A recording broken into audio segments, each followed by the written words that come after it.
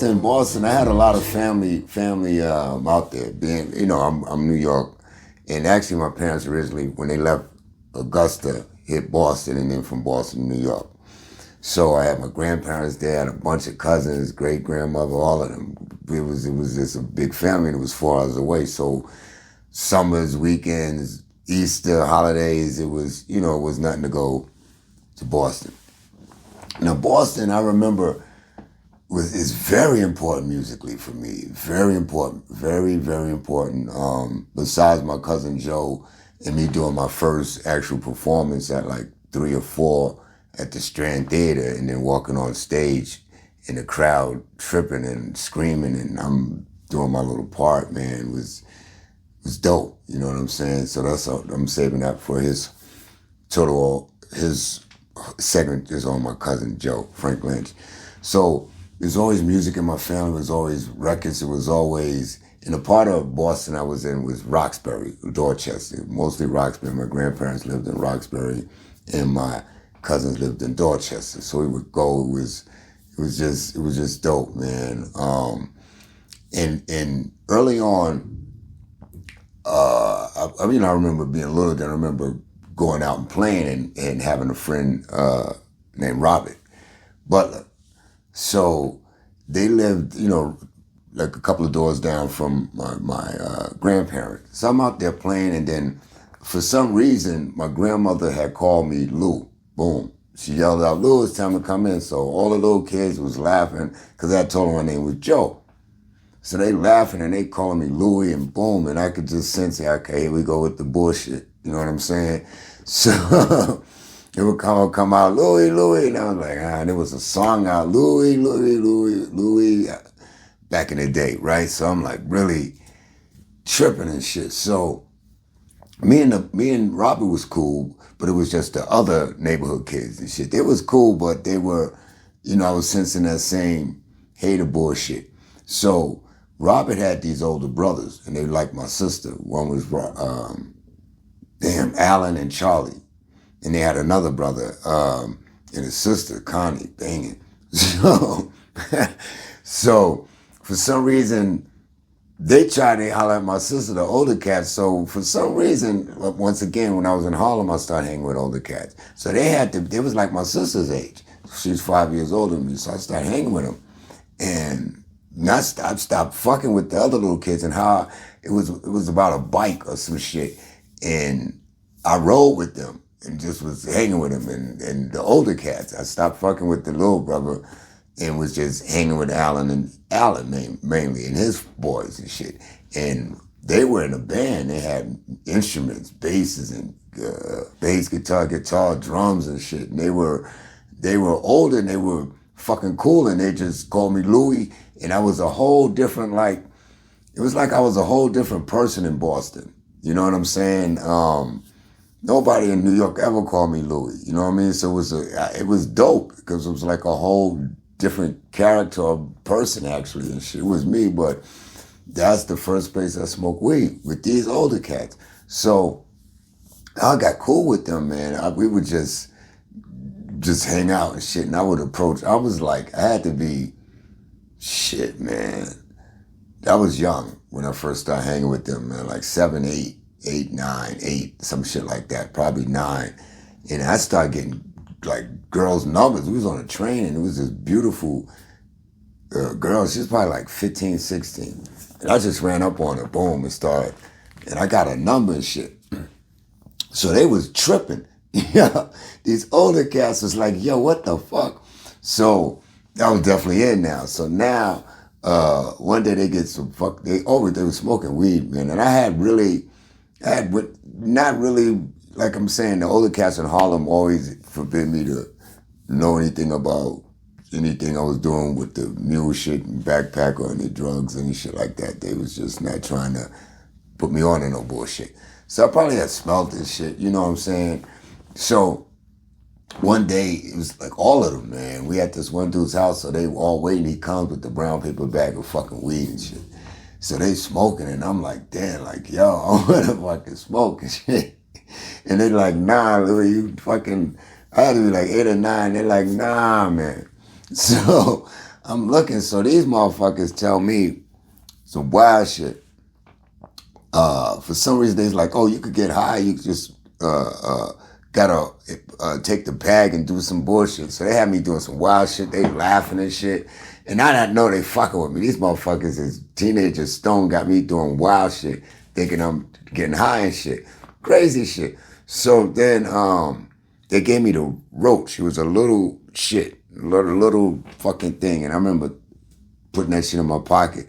And then getting around my older cousins and sisters and pulling it out and trying to light that shit. And they was looking at me like, yo, what the hell? You know, 'cause they call me that as well. But these cats, they were just cool as fuck, man. And back to the music shit. Like I said, Alan played the bass. So they hit me to a lot of music, man. Boston had New York has its culture, but Boston had a lot of bands, local bands, like just a lot of just bands, you know, teenagers playing and drums and shit. You seeing young people, it was this park, I think his name was Franklin Park. You would see shit, people just jamming out. It was a lot of music, local music that you were able to see in Roxbury in Boston. You know what I'm saying? It was in Dorchester. It was a thing in the summer, man. It was just a big music scene. And my cousins had a group. You know, they were singers and they were like my sister's age. So my cousin, rest in peace, Bubba, played the bongos. They had a dude play the bass, dude played the guitar, and my three cousins sung. And it was jamming out. I mean, like I said, a band. And I'm looking at it, it's like, holy shit, people got band. It was that doable. You know what I'm saying? I didn't see that shit in New York. And it could have been New York is that big, but it wasn't like we had musicians and shit in parks and all that shit, but you didn't see like the person in Building 7-7 had a band. And that's how it was in Boston. It was Roxbury. It was bands. It was gang of shit. So one particular day, now this is around the same time as that song, New Birth, I Can Understand It. If you go back, my teacher, Miss Salisbury, was the first first song she saw me do that dance, the breakdown. So that comes on, or they playing it. And for some reason, my aunt's boyfriend, Clarence, Sweet Lips, shout out, rest in peace, saw me doing this dance, and he was always cool with me. He would always, give me $2, $3 or whatever money. If he came around, it was just good people. So he was tripping on me doing a dance, just like my teacher.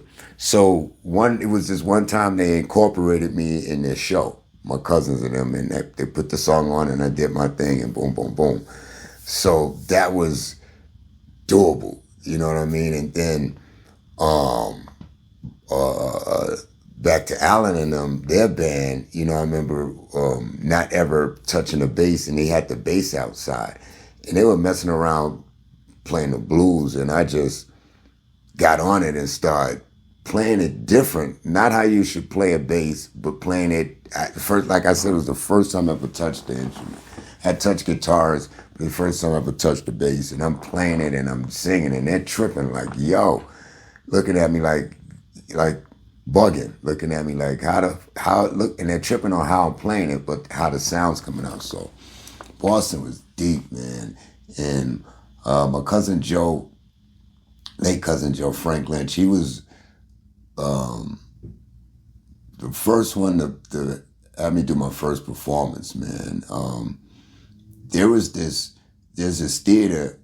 If you saw the New Edition story, they had the contest was at this theater called the Strand Theater. They used to have this amateur contests and things like that. So my cousin, he was older than me, but younger than my mom. So he was probably, he's like 2 or 3, 7 years younger than my mom. So he's grown, you know what I'm saying? So he begged my parents, man. I don't know how he spotted. He would always come to New York, and for one day he just saw me doing something. He's also the same person responsible for getting me on stage with James Brown at the Apollo. So, but this was before that. This is the first one. So he begged my pops, man, to let me be a part of this thing. And we rehearsed, and it was this little part that I would sing. He would say something, and da da da da da. I could. If somebody gave me $1 million, I could remember what the song was. So boom, I remember us practicing, and I remember the show being that night and going backstage. Now I'm backstage. Now I'm in a room. I'm 4 at the most.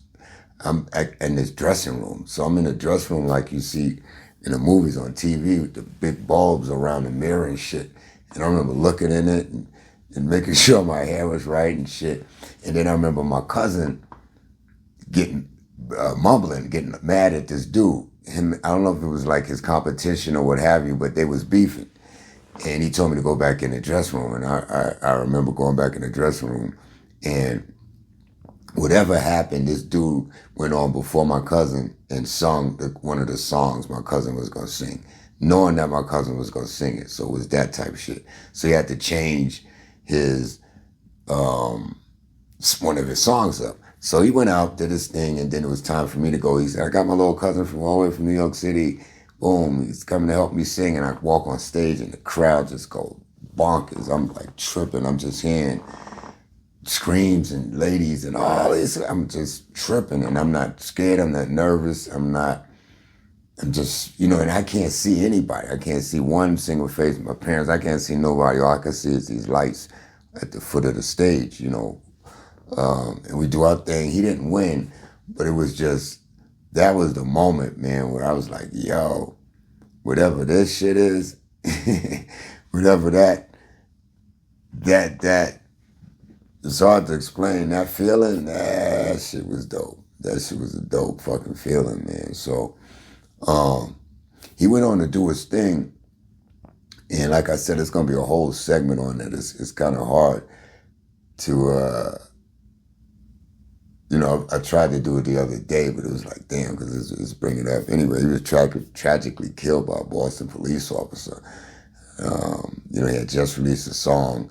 And this song called Young Girl, him and this dude, Herschel Dwellingham, actually produced the song. My cousin, I know he wrote some of it, but Herschel gets all the credit. Rest in peace to him.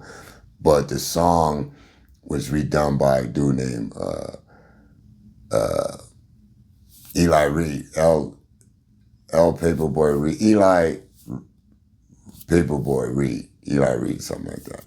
Something like that. I'll get it right. Sorry. Or it's L Paperboy Eli. So make a long story short, I'm working. So he released the song, and some wild shit happens, man, and ended up fucking Boston police officer kills him and shit. It was just some crazy shit, man. And I was young, you know what I'm saying? I was really young, and I remember, like, it was a big thing in Boston, man, in Roxbury. It was almost riot type shit, because it was definitely fucked up the way the shit played out. So that's gonna be a whole nother section. Google Frank Lynch, man. That's gonna be a whole nother documentary, man. Because, Boston, like I said, Boston was dope. My grandmother used to have these old canisters that flour and all that stuff, and I hooked them up like drums. I would be in the basement, just have one with the top bigger than the other, so I have the hi-hat sound. So I learned a lot there. It was 45s. I run right to the record player, same like home, and just play, just absorb all type of music. So shout out to Beantown, Boston.